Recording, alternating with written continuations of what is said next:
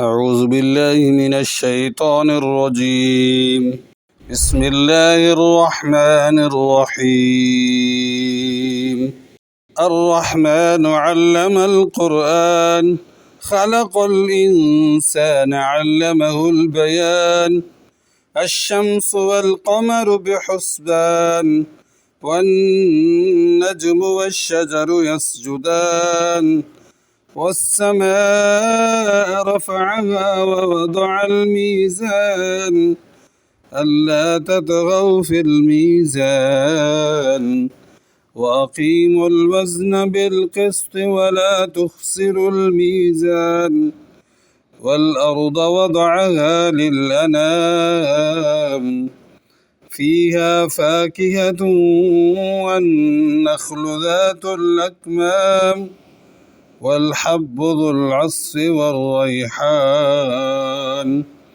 فبأي آلاء ربكما تكذبان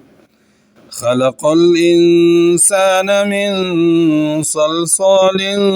كالفخار وخلق الجان من مارج من نار فبأي آلاء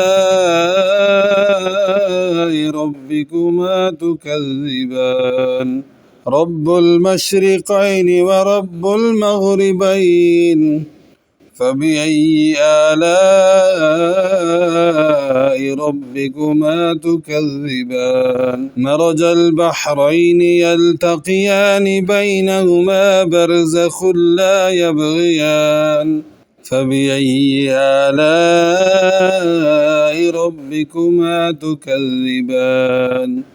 يخرج منهما اللؤلؤ والمرجان فبأي آلاء ربكما تكذبان وله الجوار المنشآت في البحر كالأعلام فبأي آلاء ربكما تكذبان كل من عليها فان ويبقى وجه ربك ذو الجلال والإكرام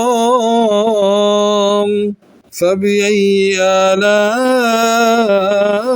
ربكما تكذبان يسأله من في السماوات والأرض كل يوم هو في شأن فبأي آلاء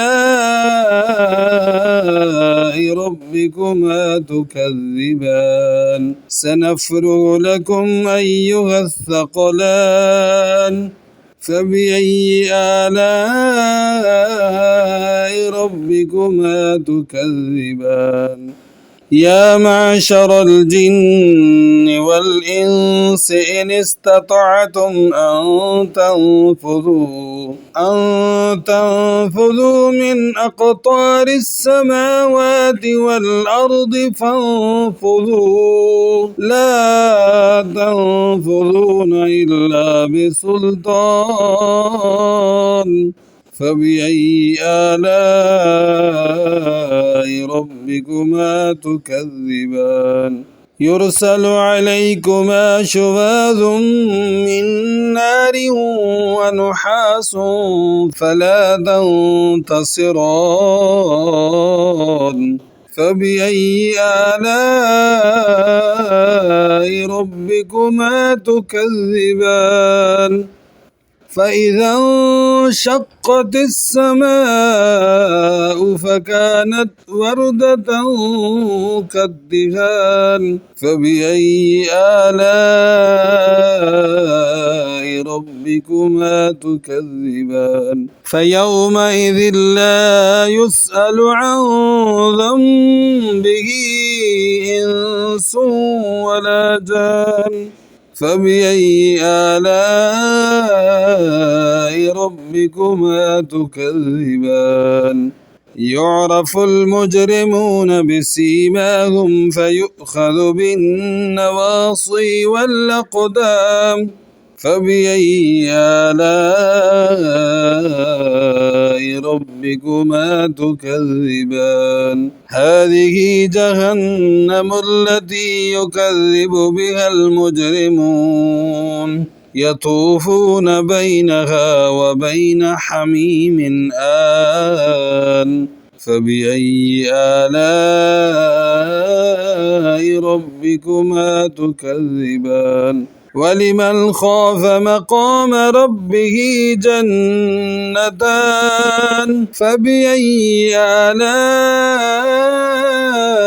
ربكما تكذبان ذواتا أفنان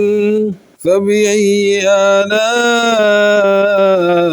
ربكما تكذبان فيهما عينان تجريان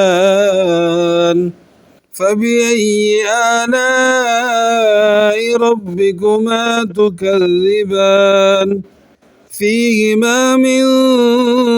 كل فاكهة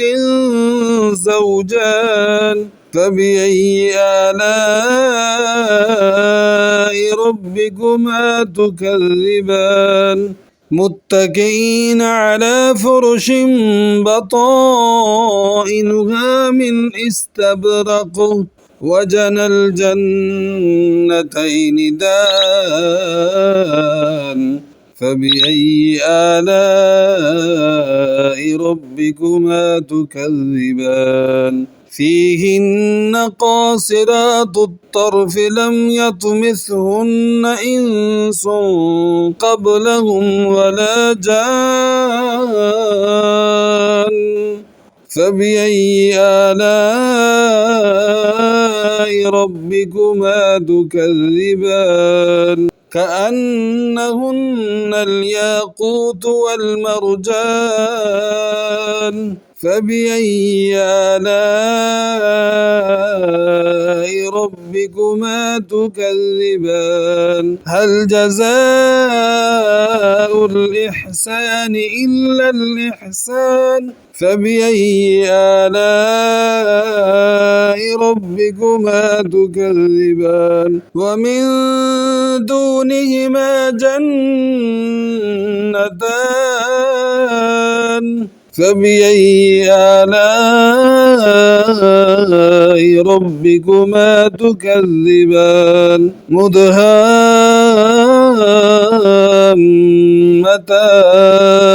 فبأي آلاء ربكما تكذبان فيهما عينان نضاختان فبأي آلاء ربكما تكذبان فيهما فاكهة ونخل ورمان فبأي آلاء ربكما تكذبان فيهن خيرات حسان فبأي آلاء ربكما تكذبان حور مقصورات في الخيام فبأي آلاء ربكما تكذبان لم يطمثهن إنس قبلهم ولا جان فبأي آلاء ربكما تكذبان متكئين على رفرف خضر وعبقري حسان فبأي آلاء ربكما تكذبان تبارك اسم ربك ذي الجلال والإكرام صدق الله العلي العظيم.